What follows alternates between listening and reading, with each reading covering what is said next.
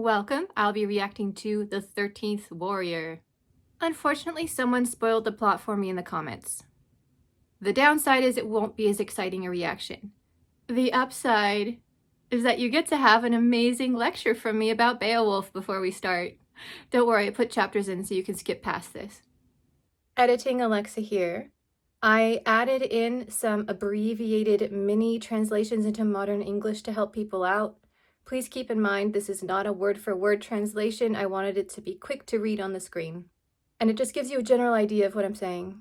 Keep in mind that I am entirely self-taught when it comes to Old English, so my accent and a few other things might be different than what you learned when you went to university. As soon as someone mentioned that it was a loose adaptation of Beowulf, I have a theory about why it's called The 13th Warrior. They may have changed it because adaptations tend to ruin books. However, it did remind me of this little passage, which I will read to you in the translation because I realize not everyone can read Anglo-Saxon. In high anger, the Geat lord with 11 men, that's 12 total so far, went forth to face the dragon, knowing now what had stirred his fierce man-hate, and started the feud since the famous cup had reached him from the finder's hand. The thief who had started the strife brought the number of that band to 13 men. For anyone who doesn't know, The Hobbit was inspired by Beowulf somewhat, and the 13 dwarves, or dwarves as Tolkien preferred them to be called, wanted to have more than 13 because it was an unlucky number. And, well, we all know what happens to Beowulf at the end of this. And it all started because Bilbo stole a cup. And I just want to point out that I prefer to read it in the original and do my own translation. However, this is the best translation I've come across. The illustrator is Anke Eisman, who is my favorite Tolkien illustrator, so I bought this book just for her. And it turned out to be spectacular. John Porter. Unfortunately, he only did the dragon part. Beowulf is not my favorite Anglo-Saxon poem. There are others that I prefer. I think the riddles are hilarious, if a bit cheeky, and not safe for YouTube to translate. Some of the earliest carols are available in Anglo-Saxon. I've done some translations of those. The Battle of Maldon is definitely my favorite. The Ruin. Anyone who knows where now is the horse and the rider? Where is the horn that was blowing? They have passed like rain on the mountains. So if anyone has not jumped chapters and started the reaction, thank you.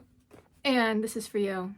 Tha weis on morgen, meine gefrage, tha gifjale, godrink monig, verdan foktogan, fjoran ond njan, geond with wegas, wunderskjavian. La this lastas. One more thing. I swear, this is the last thing. The problem is, when you spoil videos for me, this is what happens. You get history lectures. Around line 100, in 1261, according to C.L. Wren, they changed Encam's sin to Encain's sin and some of the subsequent lines. Cain and Abel versus Ham. This is the famous scene where Noah got super drunk and then Ham was awful and was basically taking selfies of him and was therefore cursed by Noah. Genesis 9. Ham's sin is different than Cain's sin. It's interesting that there are different manuscripts that have the two different options.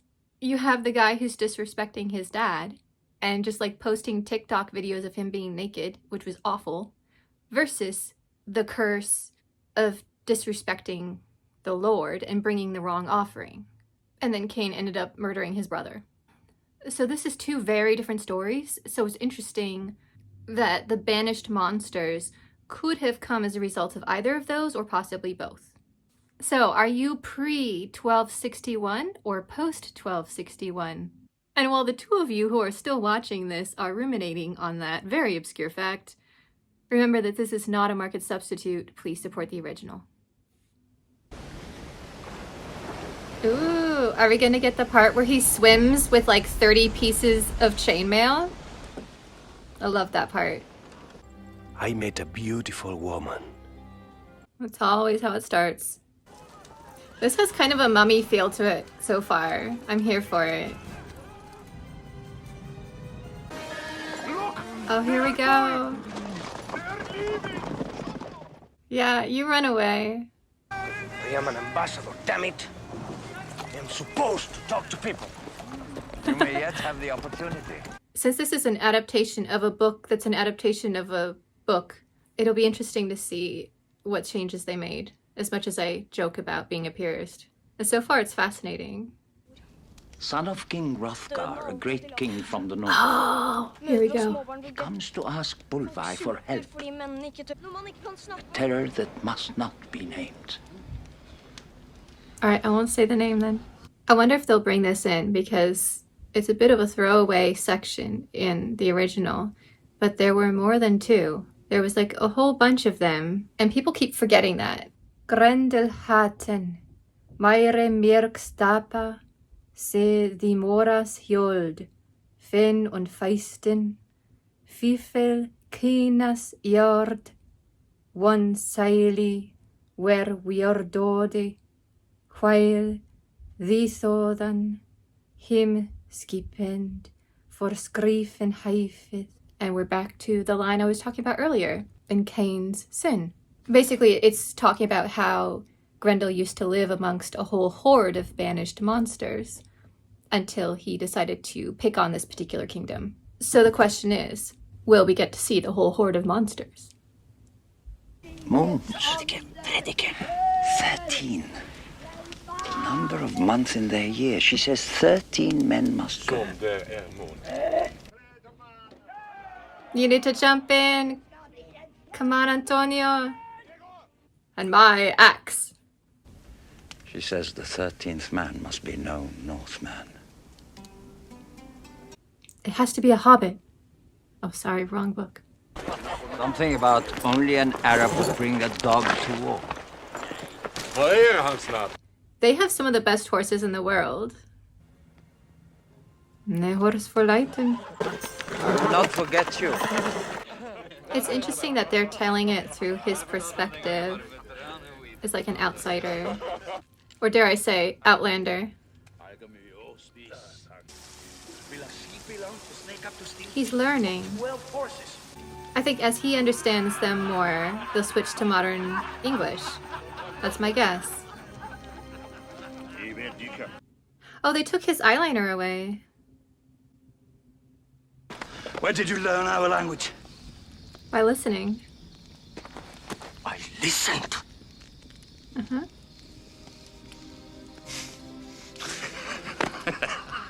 He's actually a really good ambassador. I hope Grendel doesn't eat him. That'd be very disappointing. Mind yourself there, Reed.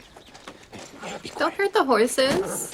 Only an Arab would bring A dog to war? I heard this the first time. Yeah, wait till his horse outraces all of yours.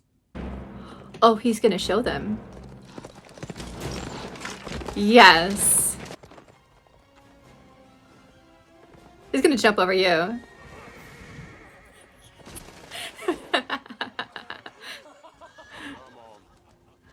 Who has the best horse now? This looks like so much fun. This is no day to be close to land. Yeah, you want as much sea room as possible during a storm. Oh, that's a lot of mist. It's like echo sounding. Is that the hall? So excited. Of course, it'll be pretty run down right now. You'll need this. Maybe you should teach him how to use Cannot it lift first. this. Grow stronger. We come on an errand to serve him. My Lord Hrothgar will want to welcome you himself. As I recall, in the original, he also offered to guard their ship and make sure that no one stole it while they were off helping. But they're probably pressed for time. In the Line 290s section, he even offers to give them fresh tar on their ship. That's pretty nice. They marched in step, Strait was Stanfa. Let's see if it is. No. However, they're not close to the hall yet, so maybe it's just paved close to it. Love a good mist background. You'll see how close this resembles to the arrival at Edoras and the Golden Hall. Tolkien borrowed heavily. Yes. There's the queen. Has anyone seen one? Has anyone seen one in 100 years? Yeah. They say they used to be all over this countryside. And worse, further north. Who did this? Speak to me! Oh, poor kid. Wait. It's so pretty here. You can't blame the monsters for wanting to live here. I want to live there.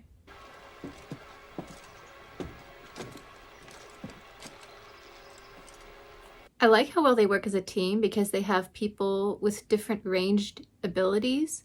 So we had the first few warriors go in close. They're probably the best close combat fighters. And then you have people kind of mid-range watching. And then he's in the back with the ranged weaponry. And having those different layers is so crucial in a situation like this. They didn't all just charge in. I am loving the set design. It just makes me want to move in. Other than the bodies, obviously. Now do you believe the king? Ah, the first arm of the movie. It won't be the last. Their heads are missing. The child must have crawled into a hole to escape. So they are clever. And cautious. And there's more. We are starting with the group of them. Well, they live in a lake, but we don't hunt the mother until it gets icy. So this is early days. This gentleman has the look of a great warrior, and no doubt he's very brave.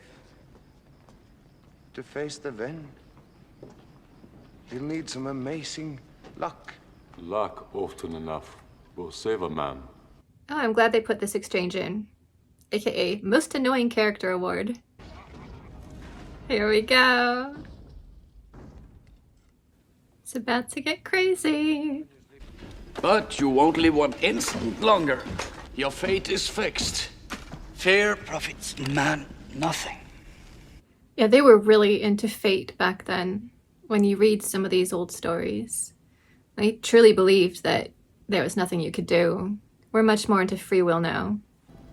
Who's on watch?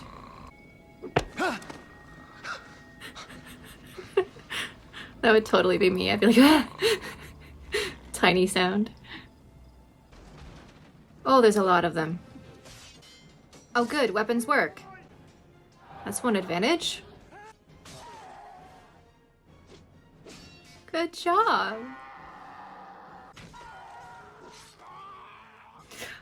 Uh-oh. Man down. It could have gone worse. What? None of them. None of the ones we killed. Oh, that's not good. Their blood looks real enough. Let's go, little brother. Ah, hand number 2. Defenses to build. Okay, now we're doing Seven Samurai. I like that they got everyone involved in this version. They're not just sitting around waiting for the warriors to save them. How you doing? Not the most in-depth training, but he'll take it. You got this. You're Zorro, come on.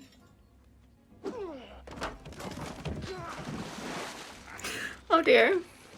Maybe stick to California. It's like, melt this down and make me a sword I can actually lift. He insisted. Give an Arab a sword, he makes a knife. There we go. It works. He just needed a proper sword that he's used to. It's so true though, if you're used to a one-sided sword style, a heavy two-sided broadsword would be like, what? I don't know what to do with this. The peasants fear you will bring the fireworm down on us. The what? The fireworm. The fire serpent. The dragon. Fire serpent. A dragon. Uh-huh. I'm excited. Oof. Oh, there goes his board. I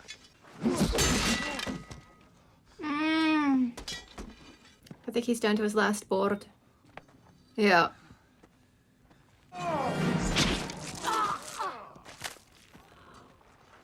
Oh, nicely done. And I mean, everyone hates the prince, so always good to see him get a comeuppance. Where did they film this? It is gorgeous. I hear you. The mist is forming. I see it. Far over the misty mountains go, to dungeons deep and caverns old. The worm. The dragon. The fireworm.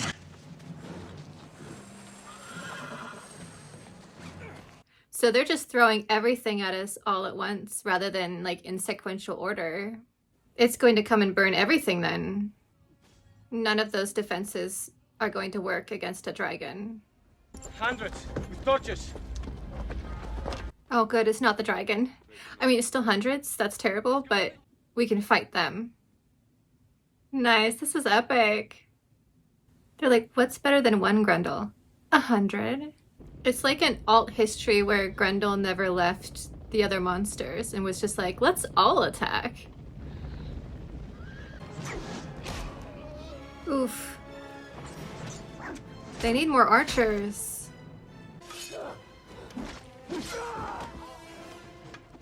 There's the Antonia we all love. Too bad they don't have any blunderbusses. Oh. Everybody is Boromir in this film. Get the pikes out of the ground. Yes! I can't believe they're actually listening to me. They usually ignore me in these films. Hold fast. I don't think they were expecting that much resistance. They're like, this town leveled up. Wars are won in the will. Perhaps you've been fighting in the wrong field. Find the root. Strike the will. The mother. How? This is the mother of the Ven. She they revere. Alright, but don't hurt the dog, okay? Is it the lake?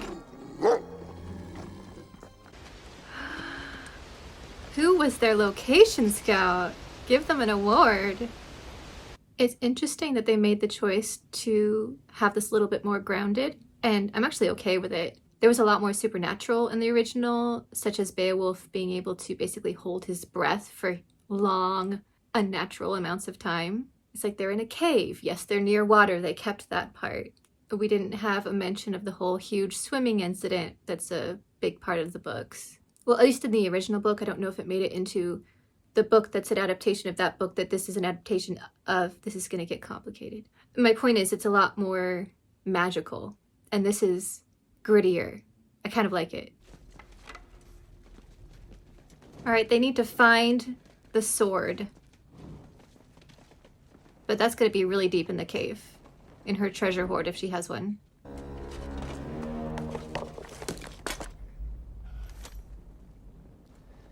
Fool of a took.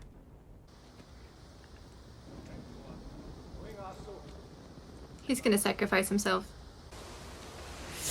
Ow. Oh, they're doing the knife in the teeth in the water. This makes me so happy. Oh. Well, I guess they have to dry them out somehow.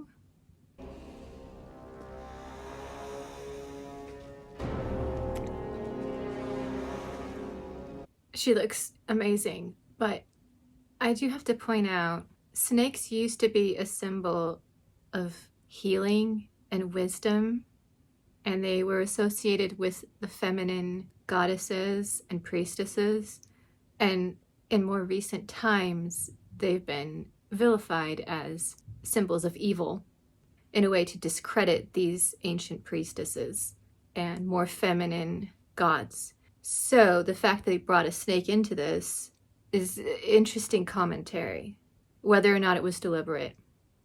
Maybe they just didn't think it through that much. Yeah.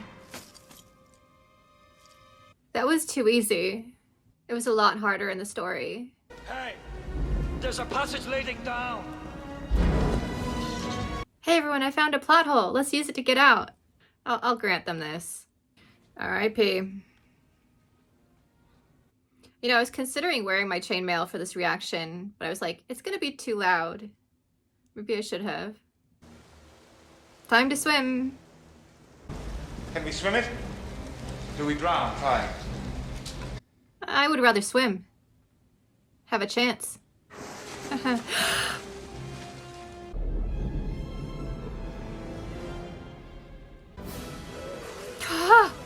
Haha, I made it too. The weave was set long ago. You're wearing that long No. face for me. You have to become king and then get old and then kill the dragon. Maybe they're skipping the dragon. But they mentioned it earlier. When? Tonight. Tonight? The evening lasts so long here. Not like home. So beautiful though. I don't think tonight there will be...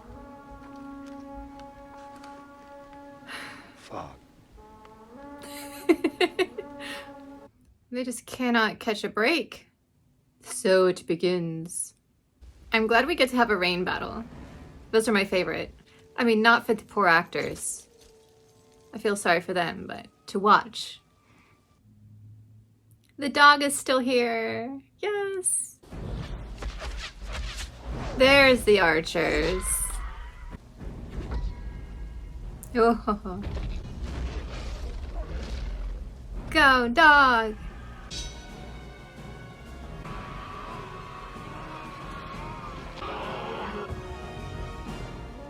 Retreat.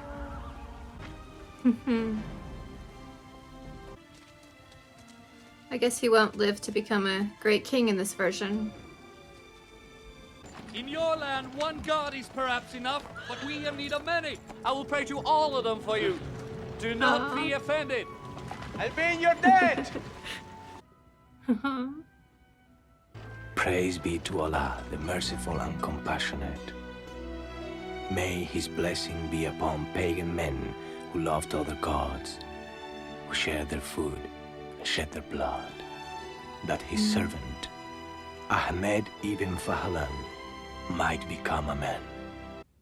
So it's like his version of it, and he remembered things a little differently.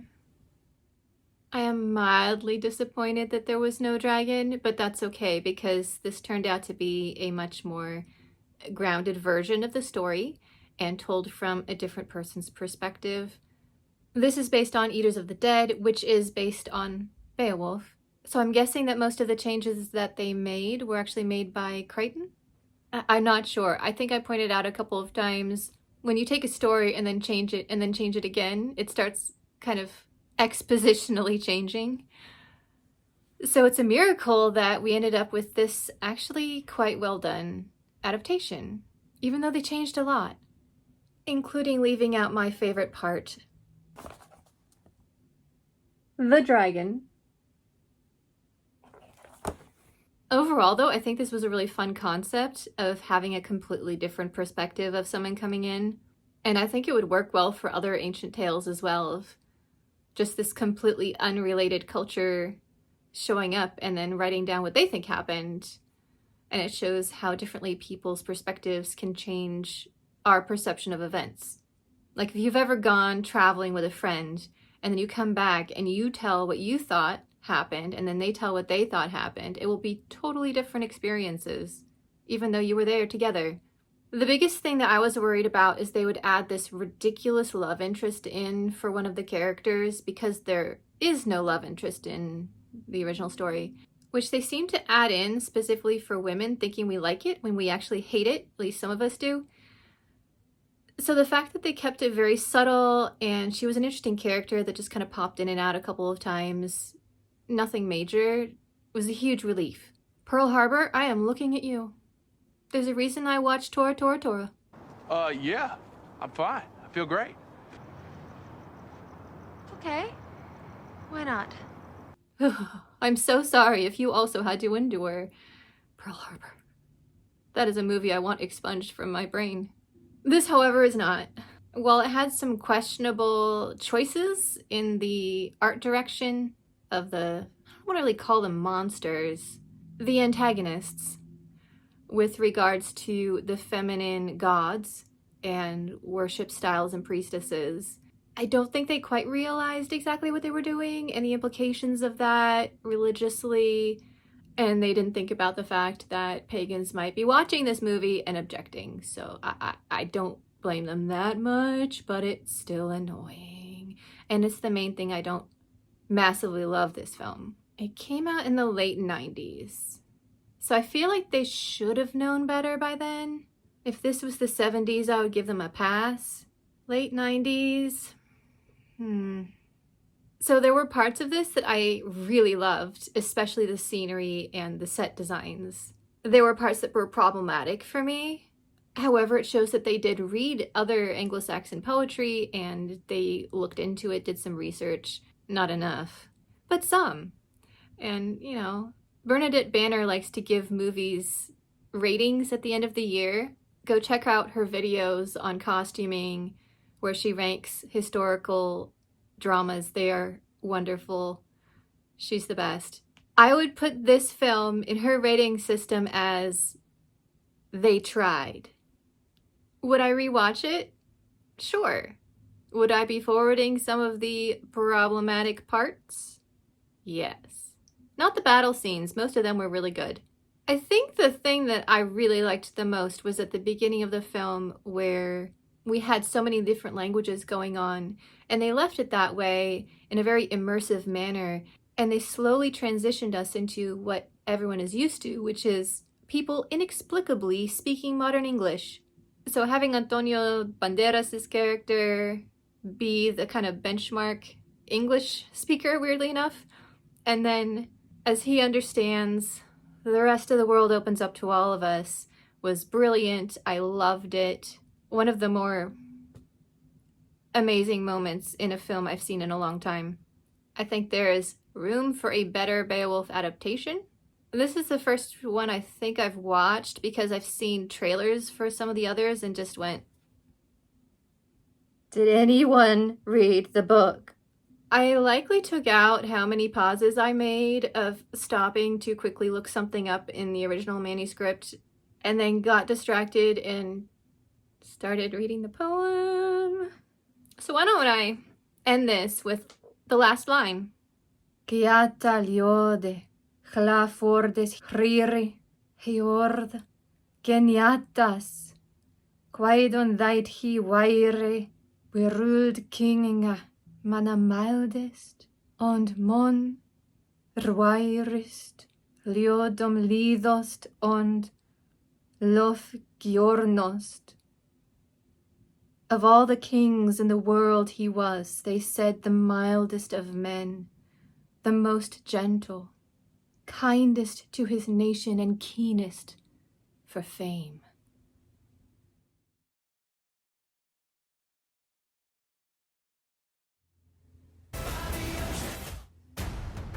You led me straight to the lost city. Now, prepare to die. There are just hundreds of snakes in this temple just waiting for us to show up? What? Why aren't they biting that guy? This is ridiculous. This looks fun. Listen, Loretta, we need you to promote your new book on the Lost City. You can't spend your life in the bathtub drinking Chardonnay with eyes. Ladies. Oh my god. Romancing the page, like romancing the stone. Book about the Lost City, and I believe you're the one who can help me find its treasure. No way. This looks amazing. Loretta Sage is missing. I'm gonna rescue her. I just want her to think of me as more than a cover model. Oh my. Alan? What are you doing here? What is that? Get it off. Just give me a second. I can Just feel him stop speaking. Please sucking stop my speaking. Just soul. stop. Feels like a bandit. On me. That sounds. Feels like there's more. Holy Mother of More? God. I am driving. Oh. Oh my.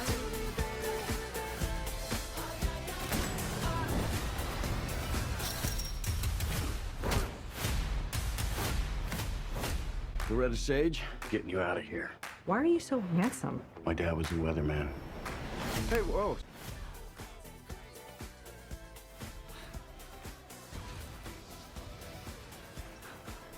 This looks so cheesy and awesome.